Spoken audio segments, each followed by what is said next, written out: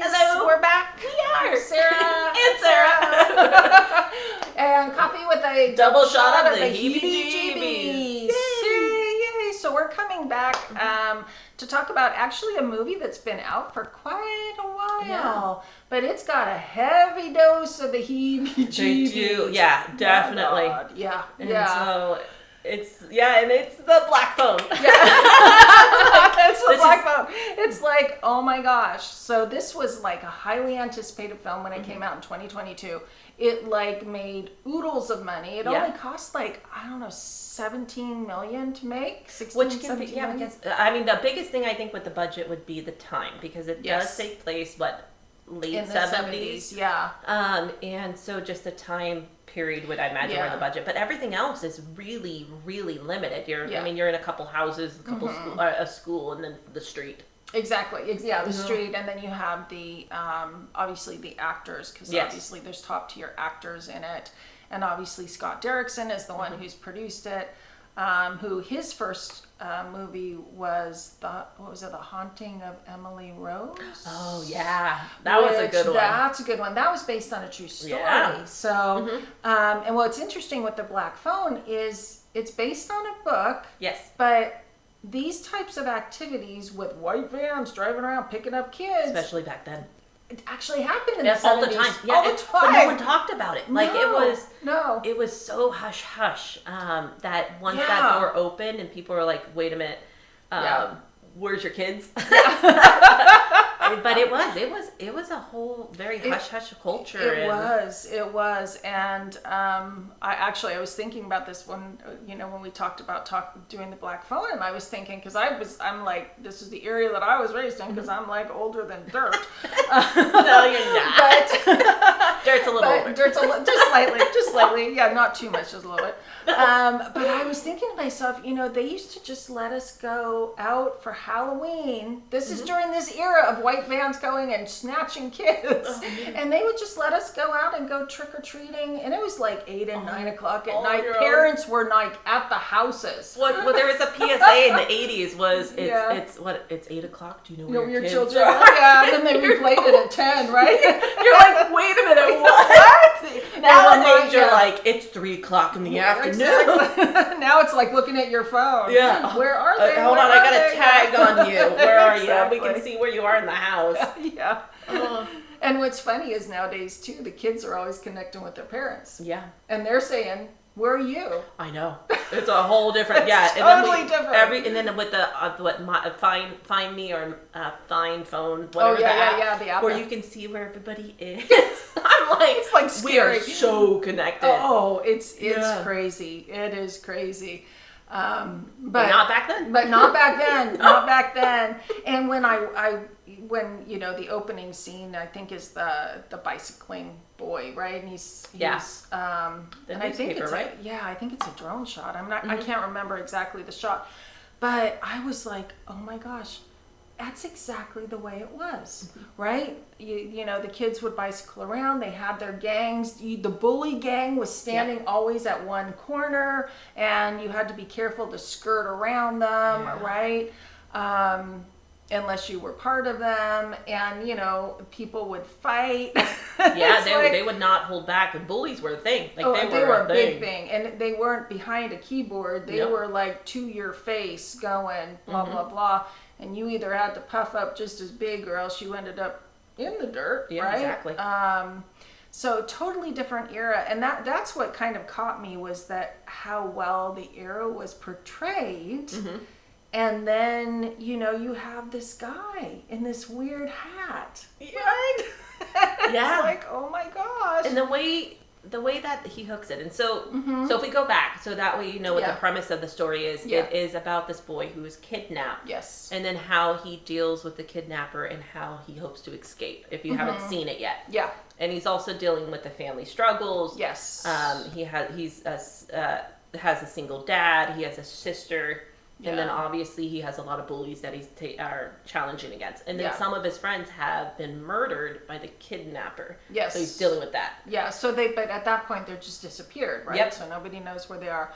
And then there's an added wrinkle, kind of a supernatural wrinkle, that the sister has dreams. Yes. Right? and the sister apparently takes after the mother in not only dreams but premonitions.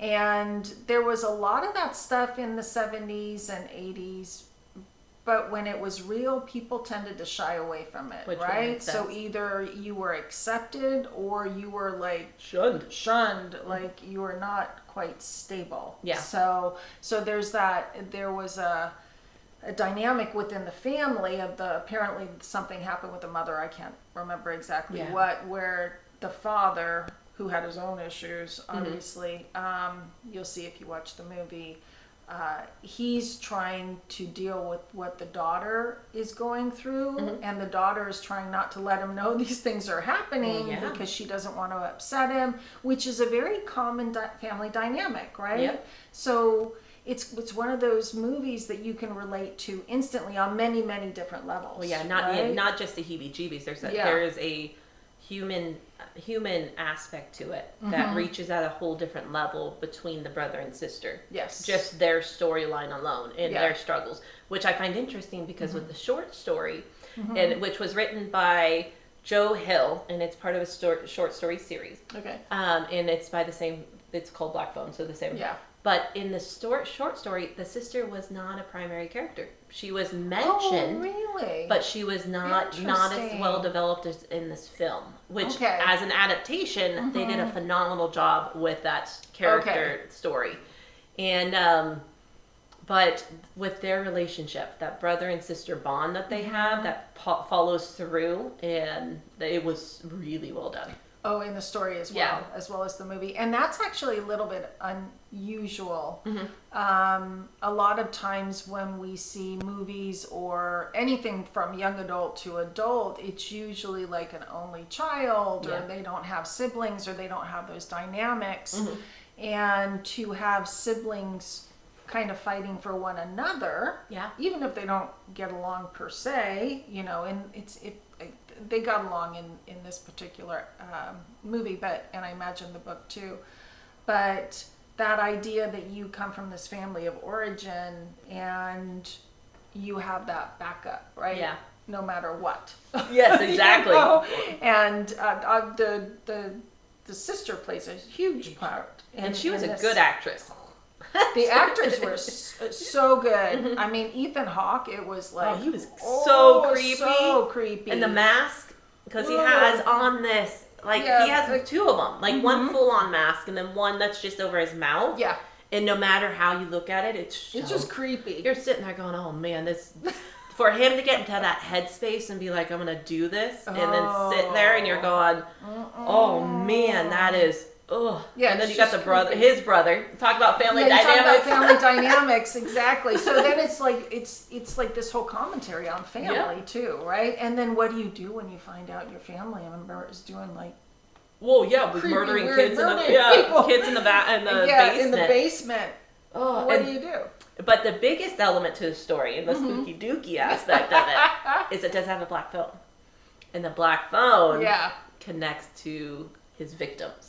Yes. And so there's that whole ghost element. Yeah. And then also these kids who have been murdered come through to help the boy try to escape. And each of them has a separate thing to tell him, because it sounded like to me that each of them got a little further to getting out, right? So they each have a little piece. And of course, since they're communicating from the afterworld or otherworld or whatever you want to call it, the void, they trail off when he's saying, how do I do that? How do I do that? And they're like, You get enough information and that's it. That's it, exactly. Use what you got.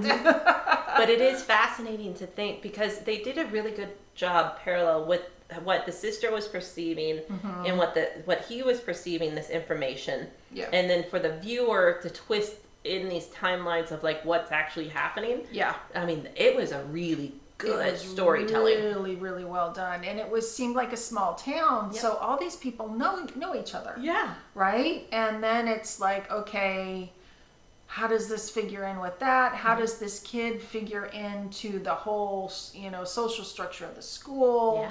Yeah. And it just was absolutely fascinating the way that it was done. Yeah. Yeah. Yeah. And then the strength that was the other thing, is it's not just a family drama. Mm-hmm. There is a strength to the boy in his arc.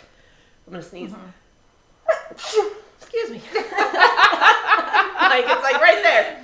But yeah, that strength of that character arc as he developed into this horrific situation was, I don't know, it was definitely a rewarding situation. Like, it's like, it's not like a good situation when you watch and you're like, no. But it makes you, it also makes you wonder, there's always that tangent if you're put in a situation like that. Because the really scary thing is, it could happen anytime and anywhere to anybody, right? Mm-hmm. What would you do? Well, yeah. Well, I mean, what is it about one person that maybe be able to get out? Now, he had supernatural help. Yes. And he had his sister with the visions and that type of thing, trying to find him. And she ended up approximately finding him at the end, right? And what's the strength factor? Well, yeah, and it also comes down to that fact of he didn't survive that situation on his own. He had all of those helps. Exactly. And then he had all of those victims before him who didn't have that. Yes. So how long would it have just gone on if there wasn't a spiritual element that came in? Like, it could have, the guy could have moved and then continued the cycle on. But if you do look at a situation where you do have these victims that get, like, they escape, that willpower that they must have. There's something in them. And I think that's, obviously this goes way beyond this discussion, but, what is it psychologically in some people that they keep going? It overrides any physical considerations, anything. And then there's synchronicities that are going on that they have no control over. Like with this guy, the Ethan Hawke character, his brother came to visit. Yeah. And the brother was like, after a while, the brother's like, well, he's trying to piece it together. Yeah, he's like little amateur sleuth. All I think of is he reminded me of the guy, people, when COVID happened, they're like, we're going to go break some cold cases. Oh, yeah. Oh, that's reminding me outside. And he has a board, and he's like, and I'm like, oh, man. But the idea of bringing him in, right? And he's totally clueless. Like, he is totally clueless. He's going to be the amateur sleuth. He's going to catch this guy. While doing a line of coke. Exactly. He's like, total 70s. Got more interesting in the 80s with that whole lifestyle. But, and then he's like, and then you see the realization dawn on him, and he's like, oh my gosh. And that has nothing to do with the boy. Well, no. But it saves the boy. Yeah. Right? So there's all these weird, and this happens in real life too, these synchronicities. Yep. It's like, if so-and-so wasn't here at that time, then this wouldn't have happened, and that person wouldn't have gotten sick. Exactly. And it's weird. And that would come down to is there things that are predestined? Are there things that are pre-planned? Or I don't know, because that's where it gets tricky, is if you don't know until you look back and you're going, holy smokes. Like you said, if that person wasn't there, this didn't happen, that person would have died. Yeah. And it's just sometimes there's things that happen that are just they're out of our control and unexplainable, right? So I always go back to, if you feel like you've got a gut feeling, you got to do something, trust it. Just do it. Even if it's like, just go open that door. Yep. For whatever reason. Who knows what, because you don't know what chain of events that is part of, right? So that gets into a whole different realm. Like, I'm like going down, I'm like, ooh, we're talking about like multiple like universes and parallel lines. Yeah, the parallel. Like, we can go circular, way of thinking, or the golden, what do they call it? The golden circle or something, that if things are, they can't be equidistant from each other. Oh yeah, it's like a DNA. It's a spiral. And it's repeated everywhere in nature. Einstein completely believed that. He believed that time was just a circle. Yeah, and so everything would come right back around. Yeah, it's like the interior of a shell. Yep. Some of those spiral shells, and everything comes back around, and sometimes there's alignment, right? Yep. Which if you go back to, if we're going to the premonitions with the girl in the book, if we go back to the her dreams and her dreams and things like that. And if we look at the people who have been recorded over history, like Edgar Casey, and we look like at the oracles, you look at those and you're sitting there going, maybe it's just time lapsing enough for them to have a glimpse of something. Because was it who was it?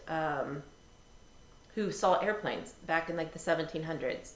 He looked up in the sky and saw machines. Might have been, he thought the end of the world was going. No, but he thought the end of the world was going to happen in 2000s. Nostradamus. Yes, he saw airplanes. He was laying in the grass, looked up, and he saw flying metal things in the sky. Yeah. And he saw people in them.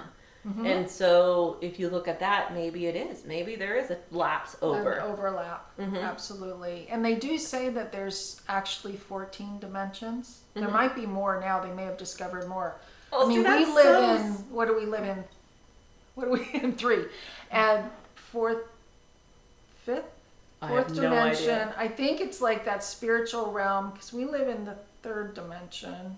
Mm-hmm. Correct me if I'm wrong, because I keep on thinking 6 dimensions, but then I'm thinking Sixth Sense, the movie. Yeah. But I think we live in the 3rd dimension, and it's all folding, but there's a 4th dimension. But they have, theoretically, they have proven that there are something like 14 to 17 dimensions. Which gets really spooky, because you're sitting there going, what's in each one of those dimensions? I mean, are there other forms of us? There's other forms, like spiritual beings, like, and then is it just time replaying itself in different roles? Like, how does it, but then your mind just like kind of shuts down and goes like, too many tabs are open. Yeah. Too many tabs are open. Like, and there's music playing somewhere. Yeah. All right. Exactly. Hone it in. Hone it in. So, but it's fascinating with this particular movie, because it does take many different threads of what could be construed as reality, right? Mm-hmm. You have the physical, you have her premonitions, you have just the cultural society at the time, and it all plays into each other, right? And then there's the solution where you have this one kid who doesn't even know these other people are having either like with the sister premonitions, or the brother like going over his little map. Yeah. They're living their own lives supposedly separate from his, but he's directly resulting a positive result from what they're doing. Mm-hmm. But it looks like they're not really connected. Not until you see the end. Until you see the end. Mm-hmm. And that reminds me of the Mel Gibson movie, Signs? Signs, yeah. Yes. With the water. Mm-hmm. And that was... And swing away. Yeah, if you have not seen that one, the water... Oh, yeah. At the end, it's like, oh my gosh. It all ties together. It was like perfect. And but you're sitting there going, something so simple that you think is just some weird quirk of someone ends up saving the day. Yeah, exactly. So and it comes down to that whole oracle situation, because it was the wife who had predicted all of it. Yes, exactly. At the moment of death. So, I mean, I don't know, if we come back to it just with with the black phone and signs, and we look at those moments of like death, and then if you're able to see the bigger picture, I mean, you do have these people who pass away, and they're talking about they see things, and they notice things, and they're able to. I think a friend of ours a long time ago, a friend of my dad, was making phone calls 2 weeks before he died, apologizing for things that he did in the past. Really? Just randomly out of the blue. And so you're sitting there going, is there a moment where time is warning you or letting you know that this could happen? And are you going to listen to it? Yeah, yes. Exactly. And that's that whole gut instinct.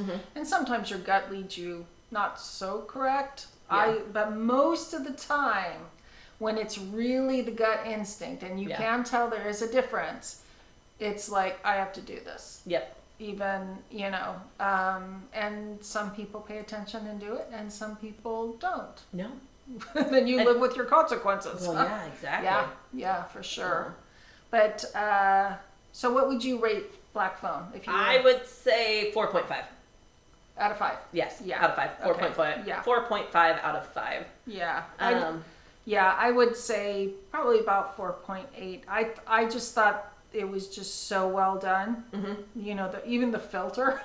Yeah. On the and the camera work was just beautiful. And it took you right back into that time. So definitely read the story, because you've read the story. And it's a short one. And the adaptation is fantastic, the way that they expanded on it. And it is different enough. But I think I wanted more at the end. I just wanted more. Did you? Yeah, with the struggles that he went through, and then he went back to school, it just felt like it was a little bit too easy of an ending. Okay. When he get back, so I was like, I want more. See, my thought with that was that's the way it always happened. Because when you grow up in it, right? Yeah. That's literally what would happen. You'd be almost dead in the hospital, and then you'd be like going to school the next day. Which, I mean, we still do that though. Like we do it, tragedies, grievances. Yeah. I mean, people pass away. You have 2 days to grieve it. And so we do take tragedy, and then we kind of rush it over and say, well, life has to happen. Yeah. So go back to school and do. Yeah. But I think with the trauma he went through, I wanted him to be a little bit more broken. Yeah. At the end, because I think it was just so. I don't. How do you bounce back from that? Yeah, but in that era, you didn't bounce back. No. You just went forward. Not unless you became a serial killer yourself. I mean, like, you become that broke. Or he has that black phone and following it around. Want to make a phone call? Yeah, exactly. Which is interesting, because when we lived in Southern California, we were at an art show. And this was years ago, before the black phone came out. I think it might have been, I don't know when the book came out. The book came out in 2004, so this would have been before the adaptation. Okay. But there was an art show where someone had a phone they said if you picked it up, you can talk to the dead. I have heard of these before. Yeah. But I can't remember the one that I heard about. It was an actual phone booth. Maybe it's the same. This was an old like antique phone, and you would pick it up, and it was supposed to be if the dead wanted to talk to you, they would talk to you, and people would hear voices through it. I picked it up, nothing happened. But it is interesting, because when my mom passed away, she was a twin.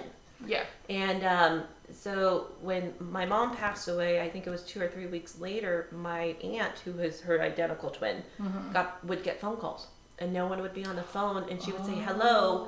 And then the voice would reverberate in her voice saying hello back. Oh, so it was like coming from a void. Yeah. Type of thing. Wow. And so I don't know. And then we also, when I was in film school, we did a shoot on at a house, which we were shooting a story about a doll that was possessed, and they ordered a doll off of Amazon. At eBay that was haunted. That was the story. That was the premise of the story. Oh my gosh! And we needed a house to film on, and this was in film school, so we had to go approach people. And we found this house in Santa Paula, I think it was, and the lady was like, "Well, what are you guys shooting?" And she's like, "You can use the outside of our house. That's fine." And we were doing location scouting, and the lady's like, "Well, what are you guys shooting?" So we told her the premise. Okay. And she goes, we've dealt with the supernatural. And I was like, really? What? So please elaborate. Yes. Please tell the story. But she did. She had a whole bunch of weird stuff come in out of our house, and the priest came in. And, she actually had a priest come in. Wow. And then he was walking around blessing the house, and then told her she had to get rid of anything with a face. So any posters, any dolls. I've heard of people doing this before, yes. And any phones. Toy phones, because they were a channel from the spiritual side over. Wow. So she had to get rid of all of her kids' toys. But one of them was like the toy phones could be a way for the spiritual realm to channel over for people to hear. It would make sense though, because it's communication, right? And it's kind of a natural form of communication, are the phones. But how creepy would that be? To be like your phone. Because kids' toys are creepy anyway. They're creepy anyway. Like talking dolls and everything. But imagine if your kid's phone was sitting on the floor and it starts ringing, and you pick it up thinking it's a toy, or you're playing, and you're picking up, and there's a voice that comes through. Yeah. What would you do? Like I would be like, oh my god, hi, is this a telemarketer?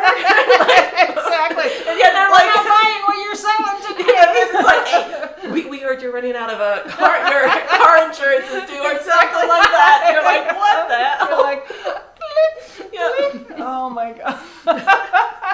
So yeah. Yeah, it's funny when you start talking to people though, how many people actually have those kind of stories. Well, yeah. You know? Then, especially with toys. Yeah. Toys and, like you said, paintings and pictures. Paintings and pictures. Because I've heard of that before too, when people are, they're having issues in their houses. The people who are coming in to exercise the houses, one of the first things they say is get rid of certain pictures. Yep. Maybe not all of them, but a lot of them. Yeah. But the toy phones, though, are pretty funny. I'm like, it adds a whole different element to toys. You're sitting there going, there's something eerie. Especially when they move a little bit, and you're like, what? Or when they talk, moving? The baby doll's talking when they do it randomly. Because usually when the batteries are dying, they just randomly go off. Talk. And it's the scariest thing in the middle of the night, and you're walking by your kid's room, and something's talking in there, and you're going... You're like, oh my gosh! Oh. Yeah, immediately goes to what's in the doll. Well, yeah, exactly. Right? Or what's talking to your kids. Yeah, that's the other thing that's creepy. Mm-hmm. Yeah. No. So... Anyway, just don't answer the phone. Well, yeah, if the toy phone's ringing, don't answer it. Yeah, if you hear something creepy on the other side, hang it up, get rid of the phone. Yeah, exactly. And definitely go and watch Black Phone. Yeah, definitely highly recommend it. Yeah, so we'll see you in the next one. All right, bye, you guys.